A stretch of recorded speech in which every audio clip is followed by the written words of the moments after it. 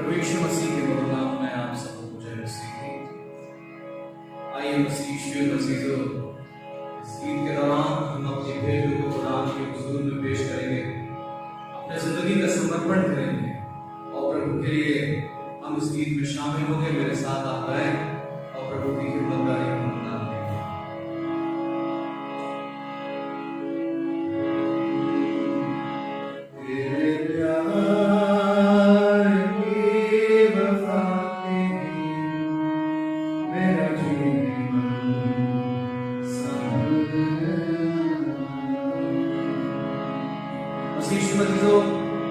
हम सबों को उसने बचाया है। हम ताली बजाकर इस गीत को गाएंगे। हम खुदा का शुक्र करेंगे, वो बचाने वाला, हमें संभालने वाला, जिसने हमें जीवन दिया, मौका दिया कि खुदा की खिदमतगारी को आज फिर से अंजाम दें। तेरे प्यार की वफा की मेरा जीवन संवर गया।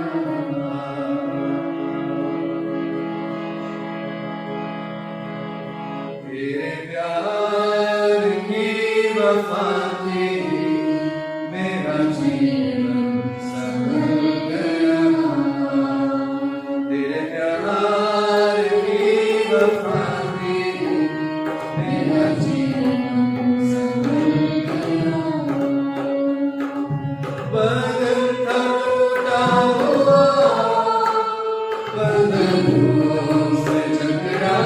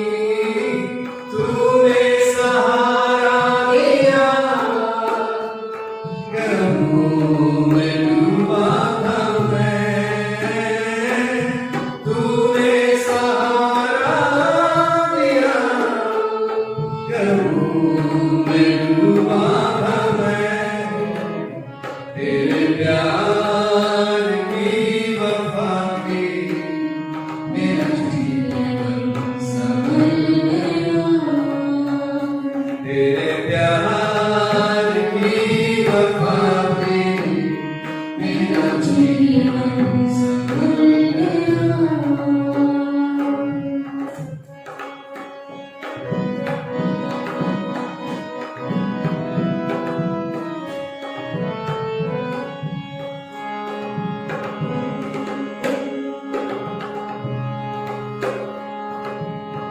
मेरी मुश्किल में है तू, मेरा मुश्किल आशा।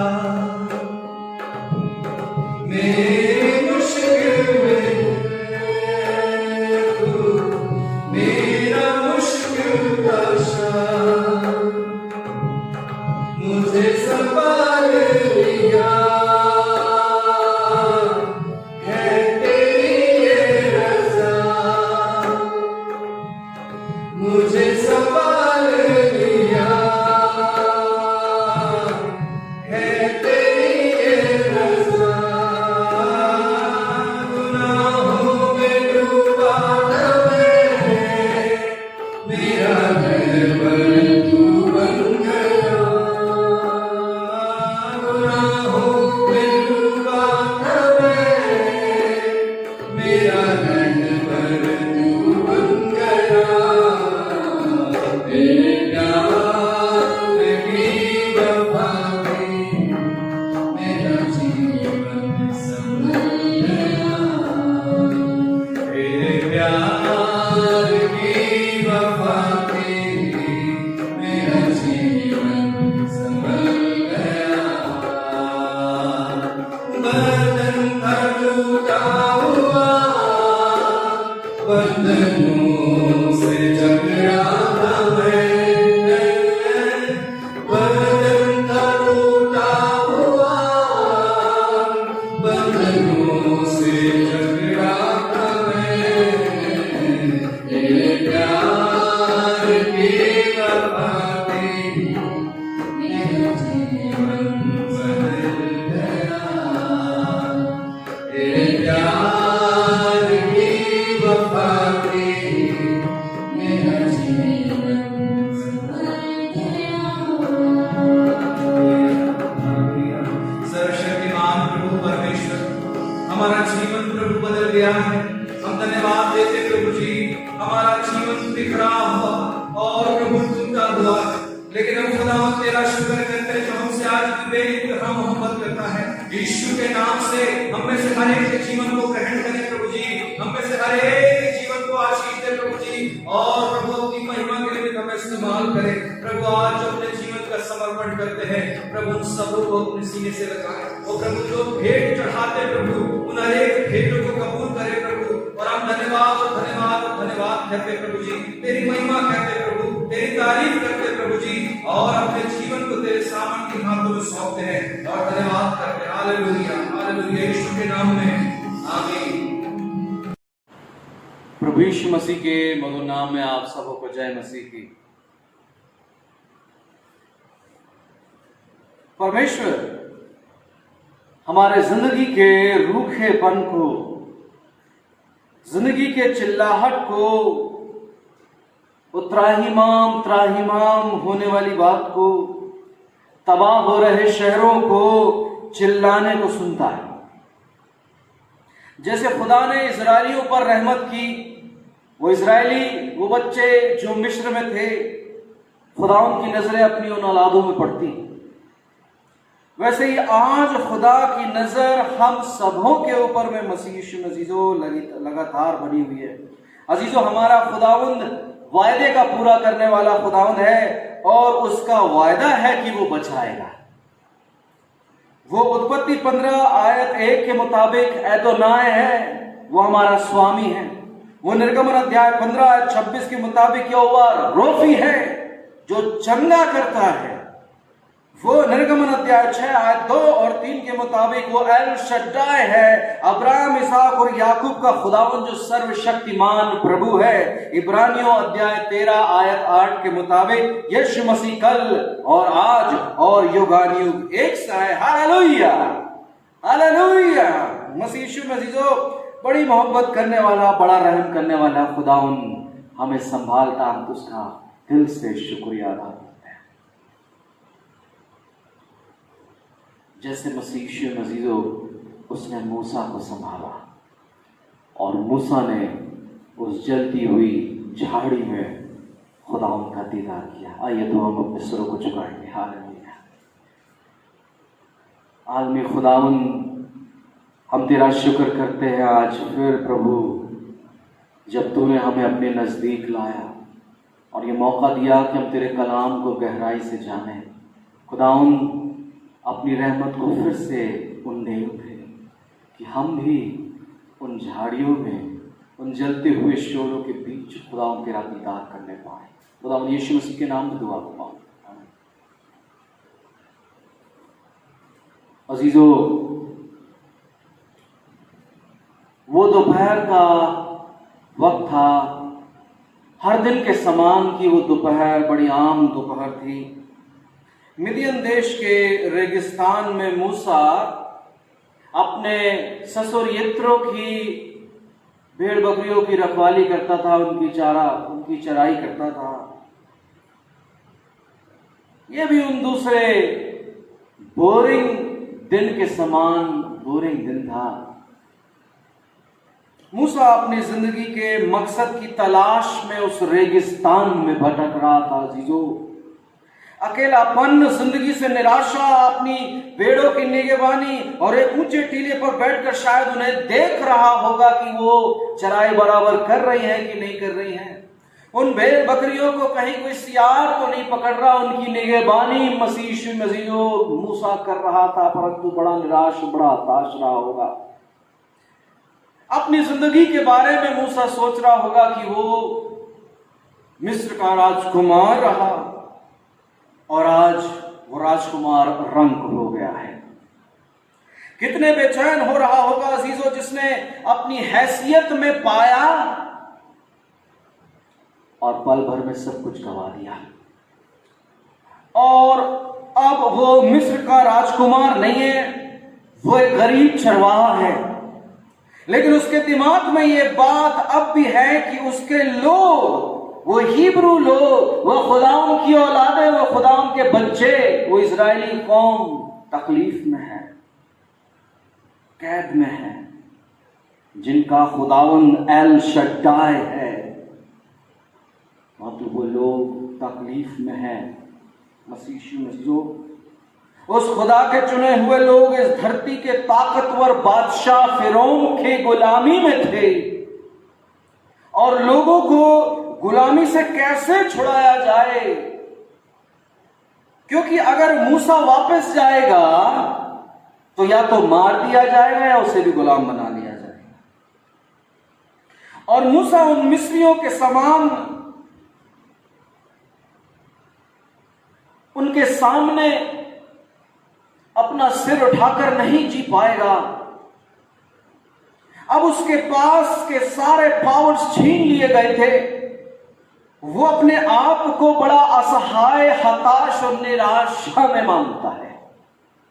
असलियत में मूसा की हैसियत, उसकी हिम्मत और उसको हिकमत नहीं चाहिए थी। वो ताकत नहीं चाह रहा था, वो प्रेस्टीज नहीं चाह रहा था, लेकिन वो अपने लोगों को बचाना चाहता। उसको राजपाट नहीं चाहिए, उसको धन दौलत नहीं चाहिए, लेकिन मूसा को फिक्र है कि उसके लोग बचाए जाएं, क्योंकि वो भूखे हैं, प्यासे हैं, तकलीफ में हैं, दरिद्र हो गए हैं, दलित हो गए हैं। और उसे मालूम था कि उसे कहां होना चाहिए था। What a beautiful and blessed quality of a leader we see Moses. लेकिन मिदियान देश में वो सोच रहा था कि अब यहां से कहां जाया जाए। खुदा के पास मूसा के लिए अब क्या योजना है? क्या जीवन भर इन भेड़ बकरियों को चराना है? क्या जीवन भर इस वीराने में जिंदगी गुजारनी है? मसीह मुझे यकीन है कि मूसा के दिल में ढेरों ढेरों सवाल रहे होंगे और खुदा के अगले जलवे का वो इंतजार कर रहा होगा। पढ़े गए कलाम के मुताबिक ये वो दिन था जो मूसा की जिंदगी को बदलने वाला दिन था। क्या आपने कभी सोचा है कि क्यों खुदा आपके साथ है? आज जिस मुकाम में हम सब हैं, क्यों हम प्रभु में आशीषित हैं? क्यों उसने हमको संभाल के रखा है? क्यों उसने जो कुछ आज हमारे पास है वो दिया? कभी आपने सोचा है? जिस भी हालात में हम आज हैं, क्या आपने कभी सोचा है क्यों है? Have you ever wondered? प्रभु अब आगे क्या करना है, कैसे करना है? प्रभु तू रास्ता दिखा। प्रभु ये तो तेरा काम है, मैं नहीं कर पा सकता हूं। और प्रभु क्या तुझे मेरी वेदना दिखाई नहीं देती? क्या प्रभु तुझे मेरी हालत दिखाई नहीं देती? क्या तू जो मुझे भूल गया है? ऐसे कुछ सवाल शायद मूसा कर रहा था। कई बार ऐसा सवाल हम और आप भी करते हैं। मसीहियों, मूसा जन्म से लेकर 40 साल तक मिस्र में रहा, मिस्र की शान में रहा। उसके बाद 40 और साल तक रेगिस्तान में भटकता रहा, उसने समय बिताया। मूसा को 40 साल और लग गए उत्तर पाने में। जब वो 40 साल का हुआ तब उसने एक मिस्री को मारा और उसको देश से निकाल दिया गया, मिस्र से निकाल दिया गया, वीराने में छोड़ दिया गया। और जब वो 80 साल का हुआ तब सीने पर्वत पर उसको खुदाउन की ओर से इल्हाम मिला। और जब मूसा 120 बरस का हो गया तब उसको मौत हासिल हुई और खुदा बाप ने ऊंचे पर्वत पर उसको खुद अपने हाथों से दफनाया, ऐसा कलाम कहता है। कई बार हम खुदा के काम को नहीं समझते। उसका कारण है कि हम हमेशा से जल्दबाजी में होते हैं, हड़बड़ाहट में होते हैं। सब कुछ हमारे को तुरंत में चाहिए होता है। हमारी फितरत में इंतजार करना है ही नहीं। उस मूसा को देखे जिसने 40 बरस से लेकर 80 बरस तक खुदा उनके जवाब का इंतजार किया। मेरा मानना है इसी कारण लोग जो हैं, जो कि इंतजार नहीं कर सकते, वेट नहीं कर सकते, इसी कारण से लोग आत्मिकता में पीछे होते जा रहे हैं, इसीलिए डिप्रेशन में जा रहे हैं, आत्महत्या जैसे कदम उठा रहे हैं। इंतजार करें कि खुदा के जवाब का इंतजार करें मूसा के समान। मूसा ने तो 40 साल तक इंतजार किया। मसीहियों, मूसा के समान हमें खुदा के जवाब का इंतजार करने की आवश्यकता है। मैं नहीं कह रहा 40 साल, परंतु जो आपने मांगा है उसका इंतजार करें, खुदा उन जवाब दे रहा है। Let us look at how God makes his move for Moses. Exodus 3 verse 1 to 6. निर्गमन उसका 3रा बाब और उसकी पहली आयत से 6वीं आयत को आइए मेरे साथ पुनः पढ़ें। मूसा अपने ससुर यत्रो नामक मिदान के याजक की भेड़ बकरियों को चराता था और वह उन्हें जंगल की पश्चिमी ओर होरेब नामक परमेश्वर के पर्वत के पास ले गया। और परमेश्वर के दूत ने एक कटीली झाड़ी के बीच आग की लौ में उसको दर्शन दिया और उसने दृष्टि उठाकर देखा कि झाड़ी जल रही है पर भस्म नहीं होती। तब मूसा ने कहा, मैं उधर जाकर इस बड़े आश्चर्य कर्म को देखूंगा कि वो झाड़ी क्यों नहीं जलती। जब यहोवा ने देखा कि मूसा देखने को मुड़ा चला आता है तब परमेश्वर ने झाड़ी के बीच में से उसको पुकारा और कहा, हे मूसा, हे मूसा। मूसा ने कहा, क्या आज्ञा?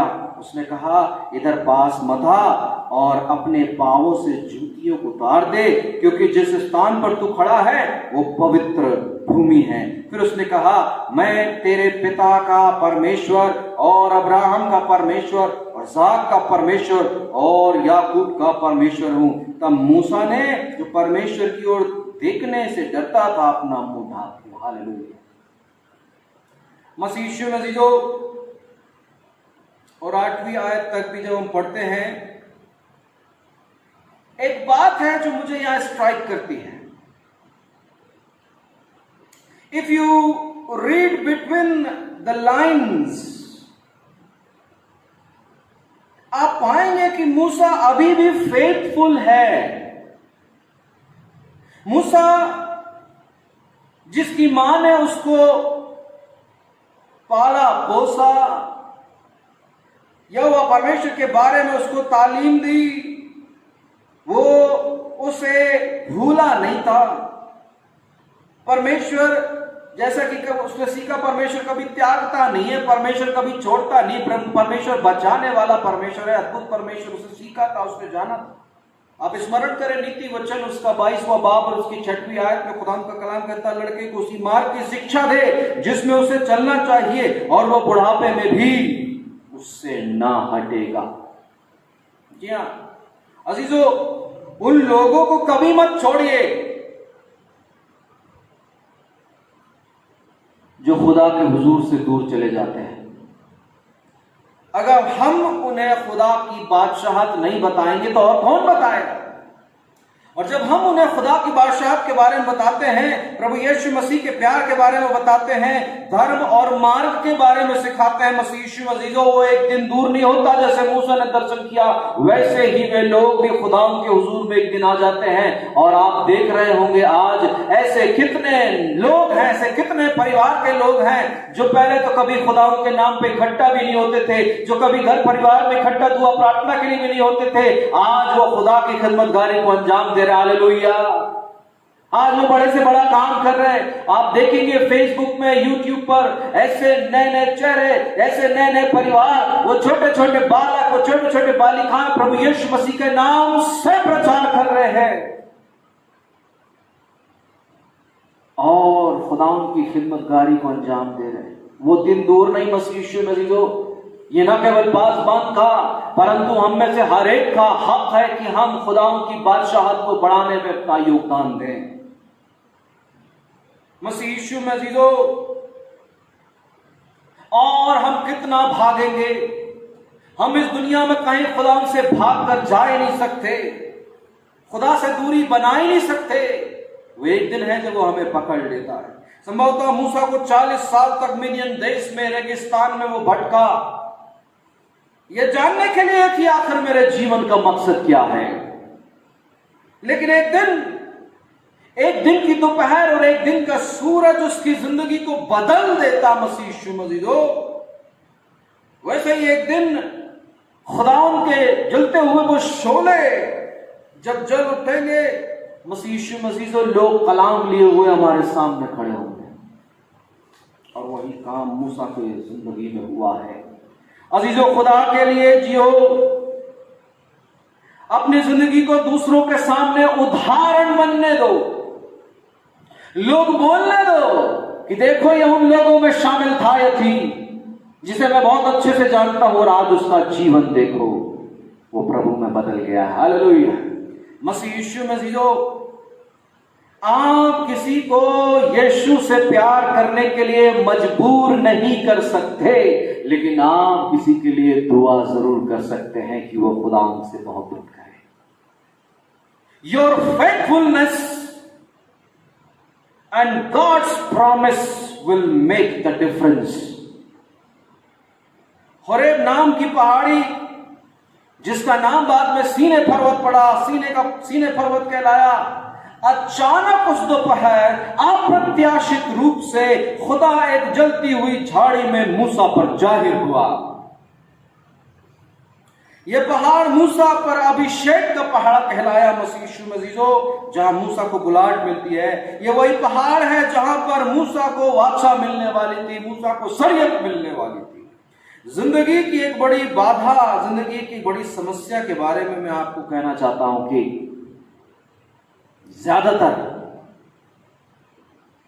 ज्यादातर लोग एक स्थान में रहते नहीं है। अब आप इसे जैसा समझना चाहें, लोग ज्यादातर एक चर्च में ज्यादा टिकते नहीं। अगर रुकें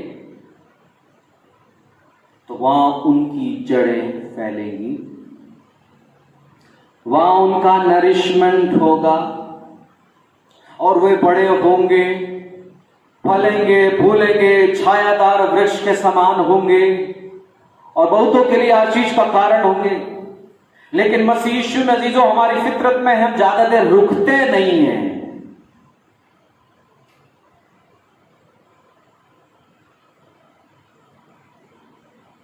मूसा इंतजार किया, मूसा रुका।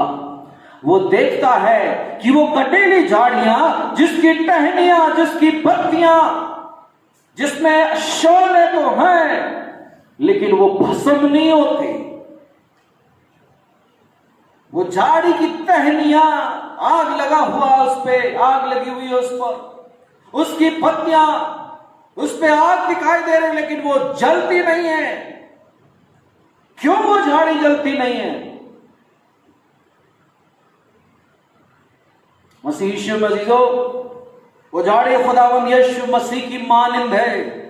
वो अनंत काल का परमेश्वर है, अब्राहम, इसहाक और याकूब का खुदावंद है। वो मेरा खुदा है, वो आपका खुदा, वो हमारा खुदा है। वो आग खुदा की अलौकिक महिमा का दर्शन हमें करा रही है। मसीह यीशु मसीह, जबकि झाड़ियां, पत्ती, टहनियां खुदावंद यीशु मसीह की देह को दिखा रही है जो जमीन पर पैदा होने जा रहा है। वो जलती हुई झाड़ियां खुदावंद की अलौकिक महिमा को दिखाती है, जिसमें मूसा यकीन करे, जिसमें मूसा का हृदय परिवर्तन हो, जिसमें खुदावंद का जलाल मूसा जानने पाए। मूसा समझ गया था कि ये खुदावंद की ताकत है, ये कोई और नहीं, उसी खुदा की ताकत है जिस कौम का खुदावंद है, इजराइल का परमेश्वर है। ये वही खुदा है जो आज मुझसे रूबरू हो रहा है। मसीह यीशु मसीह,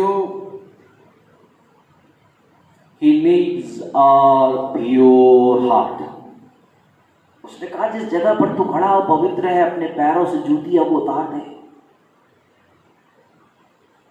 जिस जगह में हम होते हैं खुदा की खिदमतगारी में, हमारे जीवन में गंदगी कतई खुदावंद को मंजूर नहीं है। वो हमारी सारी नकारात्मकता, वो सारी निगेटिविटी को दूर फेंक दीजिए। और जब आप खुदावंद के हुजूर में होते हैं, प्रभु के चरणों में होते हैं, तो अपने मन को पवित्र करके प्रभु के पास आइए। मसीह यीशु मसीह, मूसा समझ गया, चाहे बीमारी, चाहे विपत्ति, चाहे महामारी, चाहे दिन दोपहर में उजाड़ने वाला तीर हो, लेकिन वो मेरा कुछ नहीं कर पाएंगे, क्योंकि मेरा खुदावंद मेरे साथ है। ना ही कोई दुख मेरे डेरे के निकट आएगा, क्योंकि खुदावंद मेरे साथ है। तेरे निकट कलाम कहता, तेरे निकट 1000, तेरे दाहिनी 1000, 10,000 गिरेंगे, परंतु वो तेरे निकट नहीं आएगा। बोलो मेरे साथ हालेलुया। मसीह यीशु मसीह, अब मूसा का अटेंशन जो है वो खुदावंद के साथ था और अब वो खुदा के नजदीक है।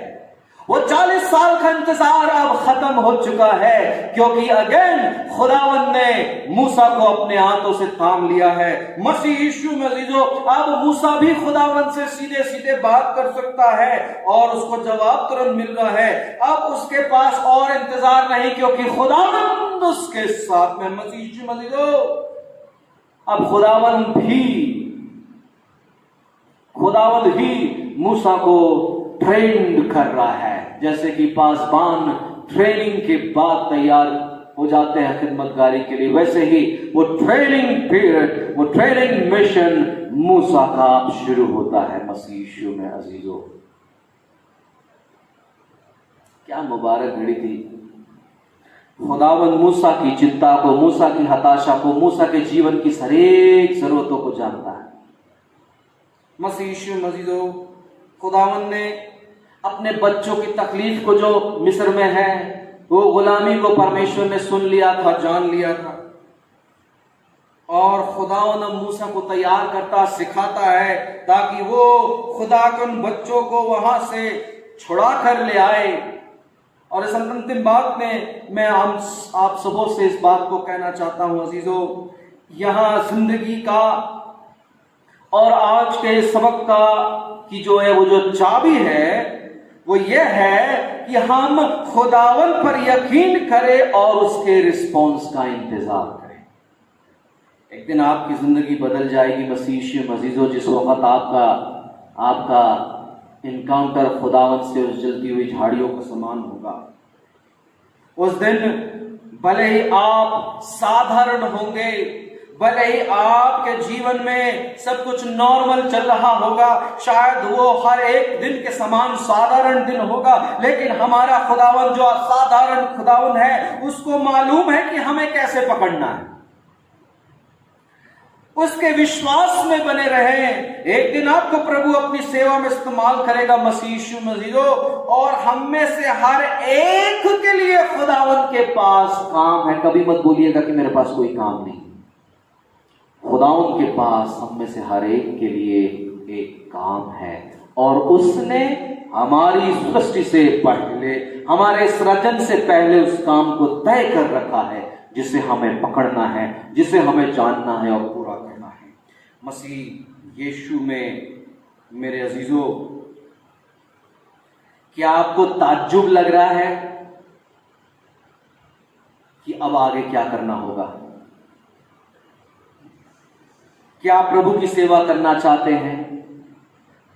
मैं आपसे पूछता हूं, क्या आपने जलती हुई झाड़ी में खुदावन का दीदार किया है? क्या आपने महसूस किया कि आप मौत के दामन में, मौत के साए के बीच में रहे, लेकिन आपको कुछ नुकसान नहीं हुआ और परमेश्वर ने आपको बचाया? क्या आप में वो आग लग रही है? क्या आपने कहीं महसूस किया कि आप में वो आग लगी लेकिन आप भस्म नहीं हो रहे? मसीह मसीहो, सो आइए हम सब खुदावन के पास आ जाएं और प्रभु के दर्शन को करें और उससे रूबरू हो। आइए दुआ में हम अपने सिरों को झुकाएं। Hallelujah, hallelujah, thank you Jesus.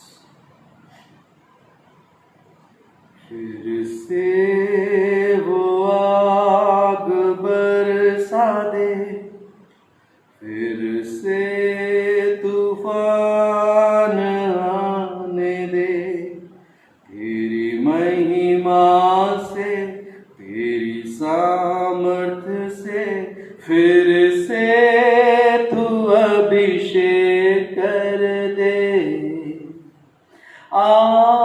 पवित्र आत्मा, पवित्र आत्मा, पवित्र आत्मा, पवित्र आत्मा, पवित्र आत्मा, पवित्र आत्मा, बहने दे उस हवा को, छू ले जो हर एक दिल को, बहने दे उस हवा को, छू ले जो हर एक दिल को, तेरा दर्शन हमें मिले। करते हैं प्रार्थना तुझसे, तेरी महिमा से, तेरी सामर्थ से, फिर से तू अभिषेक कर दे। पवित्र आत्मा, पवित्र आत्मा,